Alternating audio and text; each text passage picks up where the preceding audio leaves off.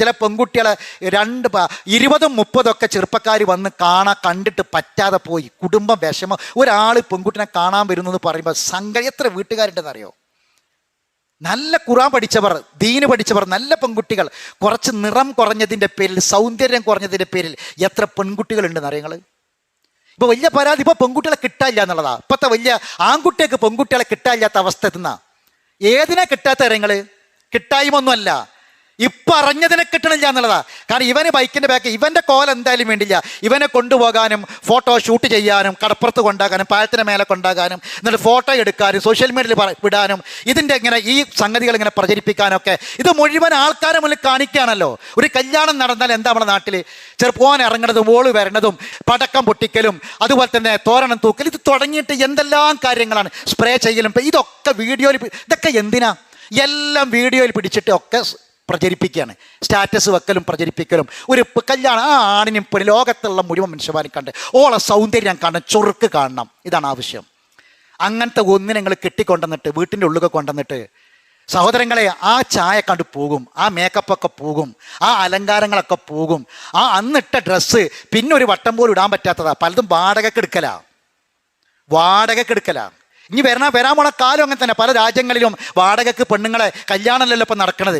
പിന്നെ വാടകയ്ക്ക് എടുക്കുക. ഒരു പെണ്ണിനെ വാടകയ്ക്ക് എടുക്കുക. ഒരു 3-4 കൊല്ലം ഒരു ഭാര്യ ഭർത്താക്കന്മാരമാതിരി ജീവിക്കുക. എന്നിട്ട് പിന്നെ ഓൾക്ക് കൊടുത്ത് വിടുക. ഈ സംസ്കാരം നമ്മുടെ നാട്ടിലേക്കും വരും. ബാക്കിയുള്ളതൊക്കെ പറഞ്ഞാൽ അതും കൂടെ വരാൻ ബാക്കിയുള്ളൂ. വസ്ത്രങ്ങൾ വരെ ഒരു ദിവസം മാത്രം മണവാളൻ അന്ന് എടുക്കണ, പിന്നെ അത് ഇടാൻ പറ്റൂല.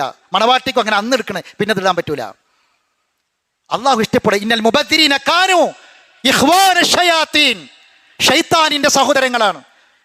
ഇന്നല്ലാഹ ലാ യുഹിബ്ബുൽ മുസ്രിഫീൻ, അള്ളാഹ് ഒരിക്കലും പൊറുക്കൂല, അള്ളാഹ് ഒരിക്കലും ഇഷ്ടപ്പെടൂല. റബ്ബിന് വെറുപ്പാണത്. അതല്ലേ നമ്മൾ നടത്തിക്കൊണ്ടിരിക്കുന്നത്. എന്നിട്ട് ഇതെല്ലാം അഴിച്ചു വെച്ച്, ഈ മേക്കപ്പൊക്കെ അഴിച്ചു വെച്ച്, ഡ്രസ്സൊക്കെ അഴിച്ചു വെച്ച് വീട്ടിൽ പെരുമാറാൻ അറിയാത്ത പെണ്ണ്, സ്വഭാവം 5 കാശിനില്ല നമ്മൾ പറയല്ലോ, പെരുമാറാൻ അറിയില്ല, മാതാപിതാക്കളാര അയൽവാസികളാരാ എങ്ങനെ വർത്താനം പറയണമെന്ന് പോലും അറിയില്ല. കാരണം എന്താ? കൽബ് അങ്ങനെ കിടക്കുക. കൽബ് നന്നായിട്ടില്ല. പുറമോടിയാണ് നന്നായത്. എന്തിന് പറ്റും സഹോദരങ്ങളെ? സമാധാനം ഉണ്ടാകും ആ വീട്ടിൽ? സന്തോഷം ഉണ്ടാകും ആ വീട്ടിൽ?